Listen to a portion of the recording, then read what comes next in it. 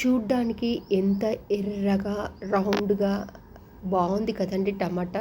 కానీ కట్ చేస్తేనే అర్థమవుతుంది అందులో చిన్న చిన్న తెల్ల పురుగులు ఉన్నాయండి. మనం టమాటాలు బాగున్నాయని చెప్పి టకటక కట్ చేసి అందులో వేస్తాం, కానీ ఇప్పటి నుంచి టమాటాలను కూడా మంచిగా చూసుకొని కట్ చేసుకోవాలండి. ఈరోజు నేను టమాటా కర్రీ చేశానండి. చాలా అంటే చాలా బాగా రుచిగా వచ్చింది. ముందుగా టమాటాలను శుభ్రంగా కడిగి చిన్న చిన్న ముక్కలు కట్ చేసి పెట్టుకున్న. స్టవ్ ఆన్ చేసి కడాయి పెట్టి ఆయిల్ వేసా. ఆయిల్ హీట్ అయ్యాక 2 లవంగాలు, కొంచెం బిర్యానీ ఆకు, కరివేపాకు వేసానండి. బిర్యానీ ఆకు వేయడం వలన టమాటా కర్రీ చాలా బాగుంటుంది.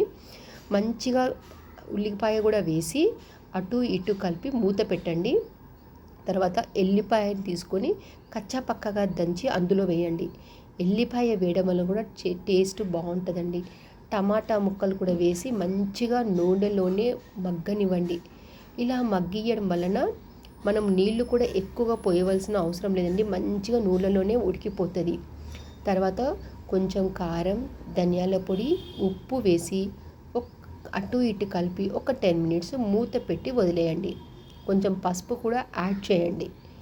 మంచిగా బాగా మగ్గిన తర్వాత కొన్ని వాటర్ పోసి మూత పెట్టి ఒక్క 5 మినిట్స్ వదిలేయండి. నిజంగా రుచికరమైన టమాటా కర్రీ అండి. 10 మినిట్స్లో అయిపోతుందండి. ఎవరి ఇంట్లోనైనా టమాటాలు కంపల్సరీగా ఉంటాయి కదండి. ఫాస్ట్గా చేసుకోవాలంటే ఇలా చేయండి. నిజంగా సూపర్ టేస్టీ టమాటా కర్రీ అండి. చూడడానికి ఎంత బాగుంది కదా.